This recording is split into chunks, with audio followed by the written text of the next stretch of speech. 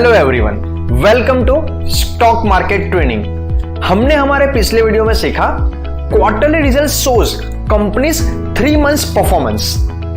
It helps you to understand past 3 months of the company. More recent activities impact on the company like product launches, change in management, etc.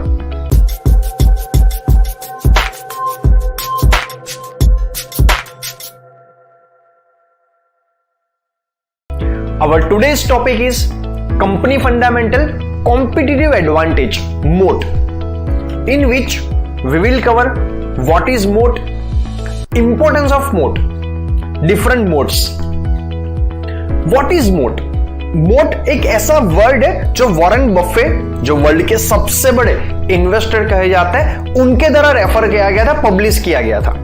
मोट का मतलब होता है company select करने से पहले आप चेक कीजिए कि क्या कंपनी के पास ऐसा कोई कॉम्पिटिटिव एडवांटेज है जो बाकी कंपनियों से उसको अलग बनाता है, यूनिक बनाता है। और ये मोट आज जो भी कंपनियां बड़ी बन चुकी है, रिलायंस ले लो, जियो, टीसीएस, एचडीएफसी, सब कंपनी के पास ऐसा कोई ना कोई एडवांटेज है जो उनको बाकी कंपनियों से अलग बनाता है या उनको एक एज देता है। अब समझिए व्हाई इज इट इंपॉर्टेंट, उसका इंपॉर्टेंस क्या है। आप सब लोगों ने बहुत समय पहले कोडक के कैमरा सुने होंगे, आज वो कहां गए। नोकिया एक जमाने में मार्केट का किंग होता था मोबाइल फोन इंडस्ट्री के लिए, आज वो फोन खत्म हो चुके हैं, किसी और कंपनी ने उसको अक्वायर कर लिया। वीडियोकॉन के टीवी होते थे, वीडियोकॉन के मोबाइल फोन्स भी आते थे। किंगफिशर एयरलाइंस, सहारा एयरलाइंस, वो सारे क्यों खत्म हो गए। और आपको जान के और भी हैरानी हो जाएगी कि 25 साल पहले जो सेंसेक्स का पार्ट थी कंपनियां, उन कंपनियों में से 70-80% कंपनियां आज सेंसेक्स का पार्ट नहीं है। जो एक जमाने में इंडिया की शान हुआ करती थी, जो इंडिया की सबसे बड़ी कंपनी मानी जाती थी, उसमें से 50-70% कंपनियां आज उस लेवल पे नहीं रह पाई है। ऐसा क्यों होता है? क्योंकि आपको यह समझना चाहिए कि 15-20 साल किसी भी कंपनी के लिए एक बहुत बड़ा टाइम होता है।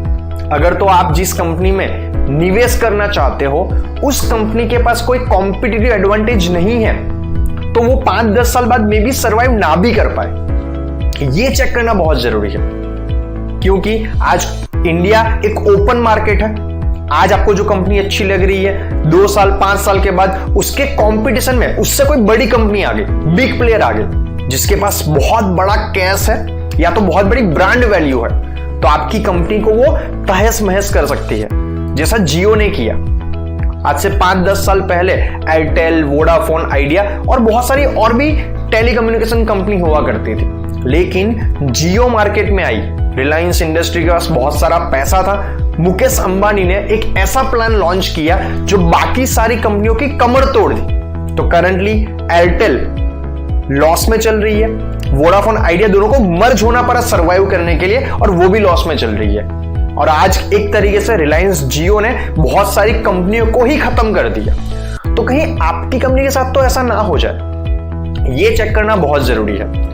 कंपनी जिनके पास ज्यादा पैसा होता है वो कभी भी मार्केट में आते हैं। आप जिस कंपनी में निवेश कर रहे हो उससे अच्छी और सस्ती प्रोडक्ट लाके मार्केट की किंग बन सकती है, जैसा एचयूएल भी कर रही है। वो बहुत सारी छोटी छोटी कंपनियों को कंबाइन करके अपना डिस्ट्रीब्यूशन चैनल इतना स्ट्रांग कर दिया है कि आज पूरे इंडिया की गली गली में, शहर शहर में वो अपनी प्रोडक्ट पहुंचा सकती है। तो इसीलिए आप जब भी कंपनी सिलेक्ट करते हो, हम बहुत बार चार्ट देखते हैं, न्यूज पढ़ते हैं, एनालिसिस करते हैं, रेशियोस चेक करते हैं। आप रेशियोस 1-2 कम चेक करो चलेगा, लेकिन आप जिस कंपनी में लॉन्ग टर्म इन्वेस्ट करना चाहते हो, जैसे एफडी के तौर पे कि मैंने इस कंपनी में इन्वेस्ट कर लिया, 10-15 साल तक मैं इस कंपनी में एज अ इन्वेस्टर रहना चाहता हूं, तो आपको यह चेक करना बहुत जरूरी है कि क्या आपकी कंपनी के पास कोई कॉम्पिटिटिव एडवांटेज है जो उनको बाकी कंपनियों से अलग बनाए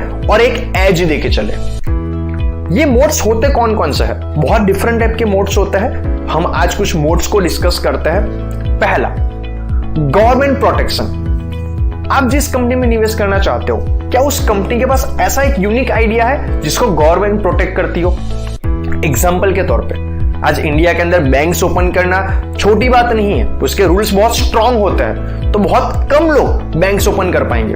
आज इंडिया के अंदर क्रेडिट कार्ड जो एजेंसी है वो भी बहुत लिमिटेड है, क्योंकि उसके रूल्स बहुत स्ट्रांग होते हैं। सिविल एक्सप्लोजिव इंडस्ट्री, वो भी गवर्नमेंट ने जिसको लाइसेंस दे दिया उनको दे दिया, नया लाइसेंस लेना बहुत टफ है। तो अब एक समझ के देखिए, मान लो मैं एक ऐसी कंपनी हूं जिसके पास गवर्नमेंट प्रोटेक्शन है और इस सेक्टर में नई कंपनी ओपन करना बहुत ही टफ है। तो एक तरीके से मेरी मोनोपोली है, हर साल एक सेम डिमांड रहने वाली है प्रोडक्ट्स की और सामने में उसे सप्लाई करने वाला, तो डेफिनेटली मेरी कंपनी सालों साल तक चलती रहेगी और प्रॉफिट अर्न करती रहेगी।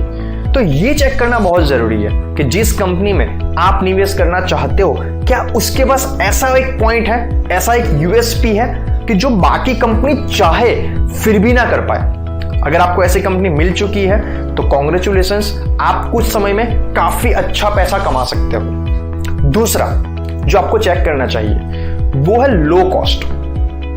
क्या मेरी कंपनी, जिस कंपनी में मैं निवेश करना चाहता हूं, वो जो प्रोडक्ट बना रही है क्या मार्केट से कम में और अच्छी क्वालिटी की चीज प्रोवाइड कर सकती है?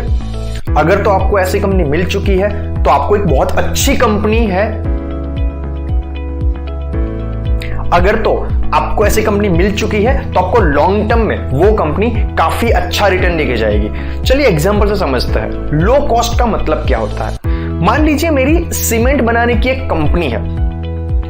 अब इस सीमेंट इंडस्ट्री के लिए रॉ मटेरियल होता है लाइमस्टोन, और मान लीजिए मैं कहीं और से लाइमस्टोन परचेस करके लेके आ रहा हूं, उसमें से मैन्युफैक्चर सीमेंट करके आगे बेच रहा हूं। लेकिन अगर तो मेरे खुद की ही माइनिंग हो लाइमस्टोन की, मेरी खुद की ही खादान है जहां से लाइमस्टोन मैं निकाल रहा हूं, खुद ही सीमेंट को मैन्युफैक्चर कर रहा हूं, तो मेरा जो डिफरेंस का अमाउंट है मैं कहीं और से परचेस करके ले आऊं, उससे थोड़ा कम हो जाएगा।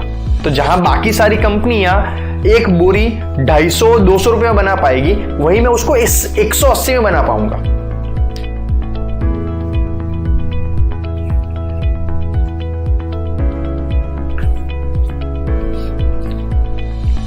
दूसरा मोड है जो बहुत इंपॉर्टेंट है, वो है लो कॉस्ट।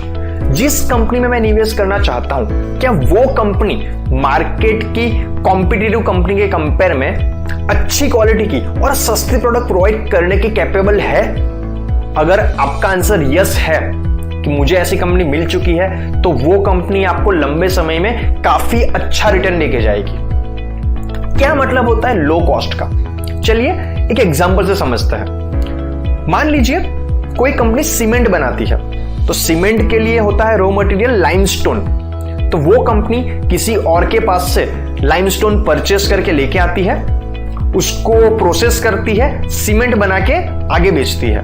लेकिन अगर तो उस कंपनी के पास खुद का ही लाइमस्टोन का माइन हो, खादान हो, तो उसका जो वो कॉस्ट है किसी और के पास से लेके आने का, क्योंकि वो कहीं और से लेके आएगा, तो वो इंसान भी अपना प्रॉफिट ऐड करके उसको बेचेगा, तो उसका 10-15 रुपीज का मार्जिन बच जाएगा एक बोरी के ऊपर। तो जो उसकी कंपटीशन कंपनी है उसके कंपेयर में वो 15-20 रुपए सस्ती एक बोरी बेच पाएगा। और सीमेंट जैसी इंडस्ट्री में ज्यादा कॉस्टिंग का डिफरेंस होता भी नहीं है। तो अगर तो आप अपनी सीमेंट को कम में बेच पा रहे हो बाकी सारे कंपटीशन से, तो डेफिनेटली आपकी सेल बढ़ जाएगी, आपका प्रॉफिट बढ़ जाएगा। तो अब ये चेक कीजिए कि क्या आपकी जो कंपनी आप सिलेक्ट करने वाले हो, क्या उसके पास ऐसा कोई एडवांटेज है, मार्केटिंग एडवांटेज, डिस्ट्रीब्यूटर एडवांटेज, कि जो बाकी कंपनियों के पास नहीं है, कि जिसकी वजह से आपकी कंपनी कम पैसों में अच्छी क्वालिटी की प्रोडक्ट दे पाए। तीसरा एक बहुत ही इंपॉर्टेंट मोड होता है जिसे कहता है डिस्ट्रीब्यूशन रीच।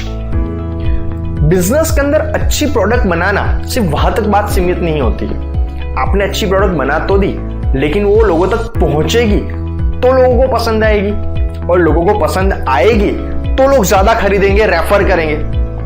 मान लीजिए आपने अच्छी प्रोडक्ट बनाई लेकिन लोगों तक पहुंच ही नहीं पाई, तो आपकी प्रोडक्ट का मतलब ही क्या रहा?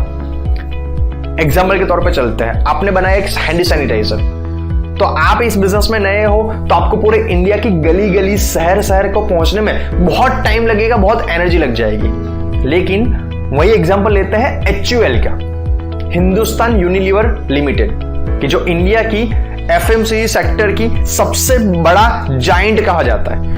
आज HUL के प्रोडक्ट्स हिंदुस्तान में हर गली नुक्कड़ पे, हर शहर में, हर जगह फैले हुए हैं। छोटे पान के गल्लों से लेके, छोटी दुकानों से लेके, ग्रोसरी स्टोर्स, मेडिकल स्टोर्स, बड़े बड़े मॉल्स, ई-कॉमर्स, हर जगह पे। तो अगर तो आज HUL हैंड सैनिटाइजर लॉन्च करेगी तो उसे पूरे इंडिया के अंदर पहुंचने में बहुत कम समय लगेगा, उसकी प्रोडक्ट लोगों तक इजीली पहुंच पाएगी। तो अगर तो आपको कोई ऐसी कंपनी मिली है जिसका ऑलरेडी डिस्ट्रीब्यूशन बहुत स्ट्रांग है, देन डेफिनेटली वो कंपनी एक लंबे समय की कंपनी है, आप उसमें निवेश कर सकते हो। चौथा, one of the most important, brand name and marketing. जैसे नेस्ले की एक ब्रांड है मैगी ब्रांड इतनी फेमस हो गई, फिर नेस्ले ने सेम ब्रांड के नेम से ही केचप भी लॉन्च कर दिया, पास्ता भी लॉन्च कर दिया, मसाला भी लॉन्च कर दिया, तो उसका मार्केटिंग का खर्चा बच गया। वहीं आप समझिए, नेस्ले मैगी ब्रांड से नूडल्स लॉन्च करती, कुछ अलग नाम से केचप लॉन्च करती, कुछ अलग नाम से पास्ता लॉन्च करती, तो उसे सारी चीज को मार्केट करने में 3 गुना पैसा लगता। लेकिन आज मैगी जो इतनी फेमस ब्रांड बन चुकी है, आज लोग दुकान पे जाके नूडल्स नहीं मांगते, वो बोलते मुझे मैगी दो। आज हम नूडल्स का सिनोनिम्स बन चुका है मैगी। आज मैगी इतना फेमस बन चुका है, तो उन्होंने बहुत सारा अपना पैसा बचा लिया मार्केटिंग के अंदर, क्योंकि उनके पास ऐसा एक ब्रांड नेम है जो लोगों के मुंह पे चढ़ चुका है, जो लोगों को पसंद आ रहा है। आज मैगी ब्रांड इनफ है प्रोडक्ट को सेल करने के अंदर। वहीं पे आप देखोगे ITC की ब्रांड है येपी, उसको कितना सारा पैसा इन्वेस्ट करना पड़ा मार्केटिंग के अंदर, ब्रांडिंग के अंदर। वही सेम चीज हुई मैरिको के साथ भी। मैरिको कंपनी ने पहले सफोला नाम से ऑयल लॉन्च किया, सफोला काफी फेमस हो गया, तो आज उनके ओट्स भी आते हैं, फ्रूट जूस, मिल्क शेक, बहुत सारी चीजें आती है। और इसमें सबसे बड़ा का एग्जांपल है पतंजलि ने जो भी सारी प्रोडक्ट लॉन्च करी है, सारी का सारा ब्रांड नेम है पतंजलि। उनके नूडल्स हो, उनका ऑयल हो, टूथपेस्ट, सब चीज के अंदर। तो उनको एक ही ब्रांड नेम को प्रमोट करना है, उनको अलग अलग ब्रांड नेम को प्रमोट करने के लिए टीवी पे अलग अलग ऐड करने की जरूरत नहीं है। वो पतंजलि की ऐड कर लेंगे तो उसके साथ उनके सारे प्रोडक्ट की ऐड हो जाएगी। पतंजलि यहां पे थोड़ा अलग एग्जांपल है, बिकॉज पतंजलि स्टॉक मार्केट पर लिस्ट नहीं हुई है। लेकिन आप ये चेक कीजिए कि क्या आपकी कंपनी के पास ऐसा कोई ब्रांड नेम है जो लोगों के मुंह पे चढ़ चुका है और वो बहुत फेमस बन चुका है। जैसे डेटॉल, एंटीसेप्टिक लिक्विड पहले बनाया करते थे, आज डेटॉल के साबुन आ चुके हैं, बहुत सारी अलग अलग चीजें आ चुकी है। अब एग्जांपल है ITC कंपनी को सनफीस्ट, मैड एंगल, बिंगो, यपी, सब चीज के लिए अलग अलग ऐड करनी पड़ती है। लेकिन मैगी ब्रांड से नेस्ले जो भी प्रोडक्ट लॉन्च करता है, तो मैगी की ऐड के साथ ही सारी उनकी मार्केटिंग हो जाती है। तो आप हमेशा ये चेक कीजिए कि आप जिस कंपनी में निवेश करना चाहते हो उसके पास कौन सी ऐसी यूनिक चीज है जो उसे मार्केट से अलग बनाती है। तो आज के वीडियो में हमने सीखा, one should always check about the competitive advantage of the company before long term investing. कुछ और मोड्स बचे हुए जो हम नेक्स्ट वीडियो में डिस्कस करेंगे। आज के वीडियो में इतना ही, मिलते हैं नेक्स्ट वीडियो में। Thank you very much.